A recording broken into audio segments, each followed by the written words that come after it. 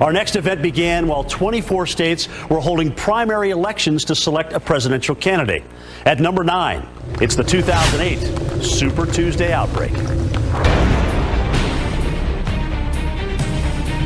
It generated 86 tornadoes over 15 hours across 10 states in the lower Ohio Valley and the southern U.S. This is the largest February tornado outbreak on record. Pretty rare for this time of year, certainly not unheard of for there to be tornado outbreaks in the months of January and February, but usually you're expecting them later on in the spring. There were 57 fatalities, making it the second deadliest outbreak in the month of February since 1950. 31 people were killed in Tennessee, which took the brunt of the system. The outbreak featured 5 tornadoes that were rated EF4, including one that hit Jackson, Tennessee. Every building of Union University was damaged. What makes it memorable to so many people is it was given the names Super Tuesday Outbreak, is because there were so many people voting that day, because it's a busier day than normal, and it's a busier weather day than normal. And not everyone's watching the weather. Everyone's watching politics that day. And then the weather became the story of the day. Our number 5 was the second biggest outbreak on record at the time. It was Palm Sunday, 1965, and many people were attending church services. One possible reason why some people never got the warnings.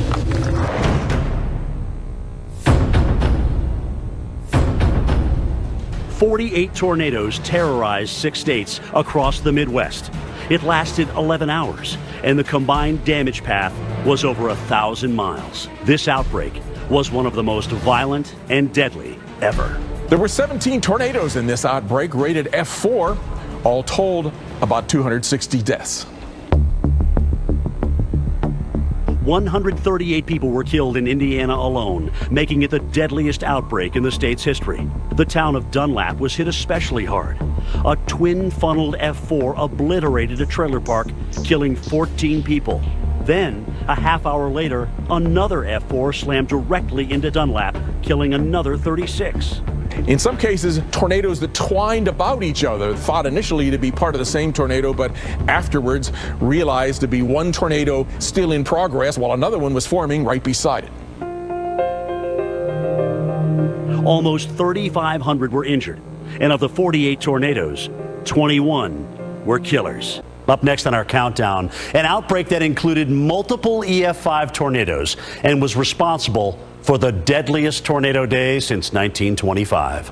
At number 3, the super outbreak of 2011.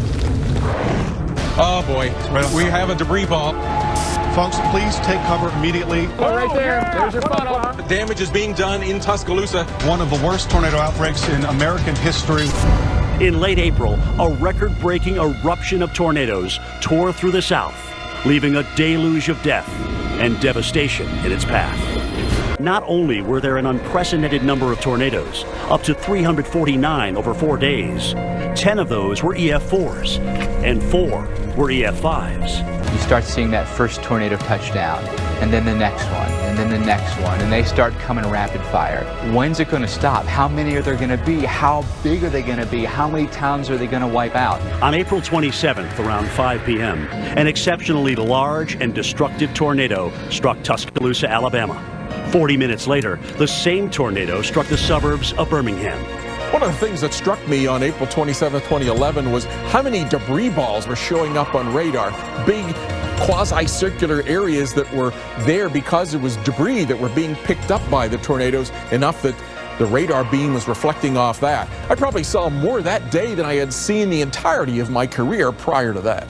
There were 349 tornadoes, a record for a continuous outbreak, and part of a record 758 tornadoes reported in the month of April alone. The average is 234.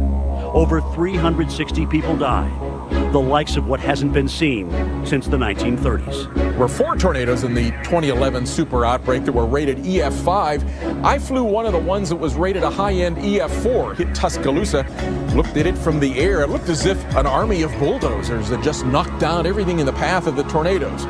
That late April 2011 outbreak is being compared to our next entry, the 1974 super outbreak that killed 315 people and injured 5,000. And that's why it's number 2 on our countdown. Nobody ever dreamed what was coming. At the time, the super outbreak of 1974 was the worst tornado outbreak in U.S. history. We actually saw the tornado as it was going through. We saw the black cloud, and it was swirling with debris, and of course you could see the electrical lines snapping and so on. This one was just mammoth, and it was more like a trunk tree that actually came out of the sky. In 24 hours, 147 twisters touched down in 13 states, cutting a combined path of more than 2,500 miles. Prior to 2011, the 1974 super outbreak was the benchmark by which we judged all other tornado outbreaks. It held most of the records for destruction by tornadoes. Now it still has several of those. That has the most killer tornadoes for any tornado outbreak, and the most that were rated F4 or F5, nowadays EF4 or EF5. 6 F5 twisters, with wind speeds up to 300 miles per hour, hit cities from Alabama to Ohio.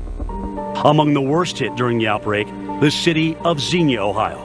The F5 tornado cut a path 31 miles long, demolishing about half the buildings in the city of 27,000. 300 homes were destroyed, 9 churches were damaged, and 7 of the 12 schools in the city were totaled. 32 people were killed, and more than 1,300 treated for injuries. The final numbers of the great tornado outbreak of 1974 were staggering. Over 300 dead, 5,500 injured, and over $1 billion in damage. The lasting legacy of the super outbreak was the research that came afterwards.